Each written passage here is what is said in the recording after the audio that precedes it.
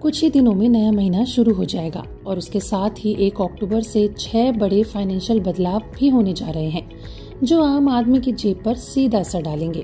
तो आइए जानते हैं इन बदलावों के बारे में वीडियो में आगे। सबसे पहला है securities and exchange board of India SEBI ने डीमैट और ट्रेडिंग अकाउंट में नॉमिनेशन को अनिवार्य यानी कि मैंडेटरी कर दिया है और इसकी डेडलाइन 30 सितंबर को खत्म हो रही है। अगर कोई अकाउंट होल्डर इस डेट तक नॉमिनेशन नहीं करता है तो ऐसे में खाते को 1 अक्टूबर से फ्रीज कर दिया जाएगा, जिस वजह से आप डीमैट और अपने ट्रेडिंग अकाउंट को ऑपरेट नहीं कर पाएंगे।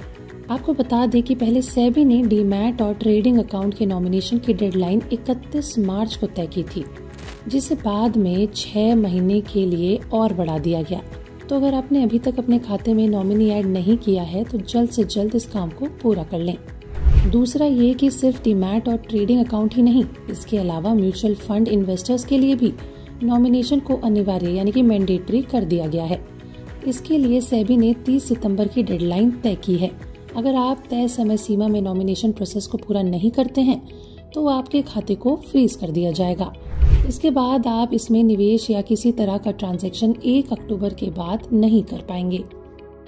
अब तीसरा बड़ा बदलाव होगा TCS में, और वो ये कि अगर आप अगले महीने से विदेश के टूर पैकेज खरीदने की प्लानिंग कर रहे हैं तो आपको 7 लाख से कम का टूर पैकेज खरीदने पर 5% TCS देना होगा।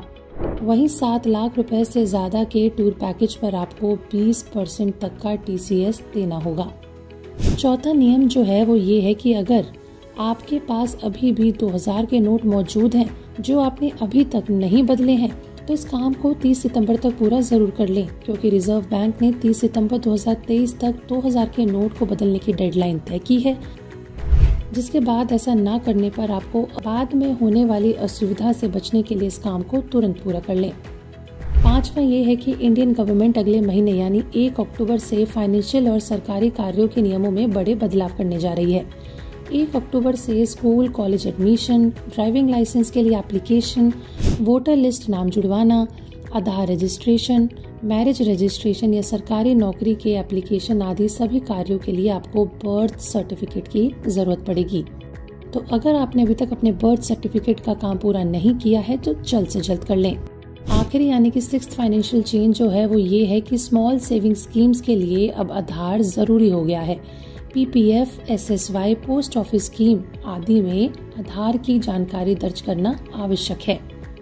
अगर आप ऐसा नहीं करते हैं तो तुरंत बैंक या फिर पोस्ट ऑफिस जाकर इस जानकारी को दर्ज करवाएं, वरना 1 अक्टूबर से इस खाते को फ्रीज कर दिया जाएगा।